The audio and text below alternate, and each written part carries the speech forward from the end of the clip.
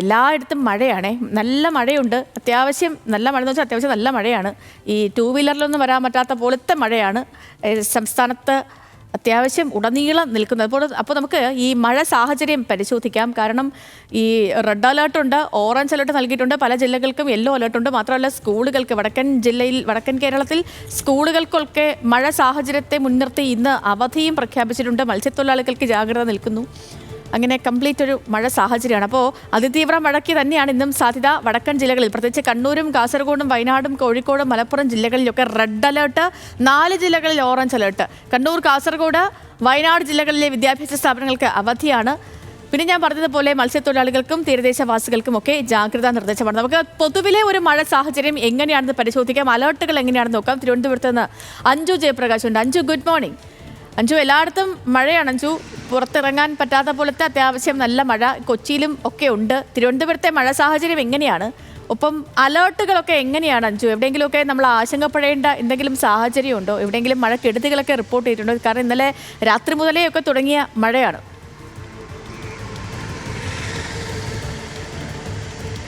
Good morning Sethu. മഴ സംസ്ഥാനത്ത് കനത്ത് തന്നെ പെയ്തുകൊണ്ടിരിക്കുകയാണ്. പ്രത്യേകിച്ച് വടക്കൻ കേരളത്തിൽ അതിതീവ്ര മഴ തുടരുന്ന സാഹചര്യമാണുള്ളത്.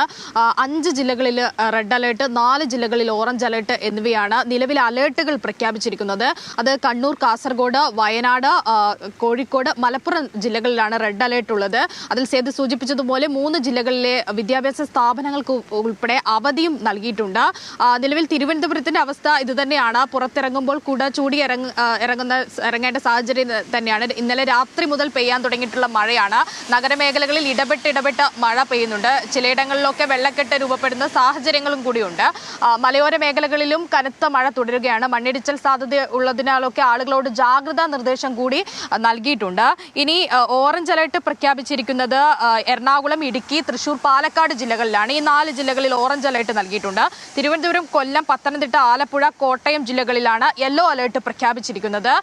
തീരദേശ മേഖലകൾക്കൊക്കെ കനത്ത ജാഗ്രതാ നിർദ്ദേശമാണ്. കാരണം മണിക്കൂറിൽ 40 കിലോമീറ്റർ മുതൽ 50 കിലോമീറ്റർ വേഗതയിൽ വീശിയടിക്കാവുന്ന കാറ്റിനും ഒപ്പം തന്നെ 3.2 മീറ്റർ ഉയരത്തിലുള്ള തിരമാലകൾക്ക് ഉൾപ്പെടെ സാധ്യതയുണ്ടെന്നാണ് കാലാവസ്ഥാ വകുപ്പിന്റെ മുന്നറിയിപ്പ് പറയുന്നത്. അതിനാൽ തന്നെ മഴയാണ്, കടലൊക്കെ കാണാൻ പോകുകയാണെങ്കിലൊക്കെ ജാഗ്രതയോടുകൂടി തന്നെ നിൽക്കേണ്ട സാഹചര്യമാണ്. ഇപ്പോൾ കനത്ത മഴ പെയ്യുന്ന സാഹചര്യം. തീരദേശ മേഖലകളിൽ ആകെ ജാഗ്രതാ നിർദ്ദേശമുണ്ട്. മത്സ്യബന്ധനത്തിനും വിലക്ക് ഏർപ്പെടുത്തിയിട്ടുണ്ട്.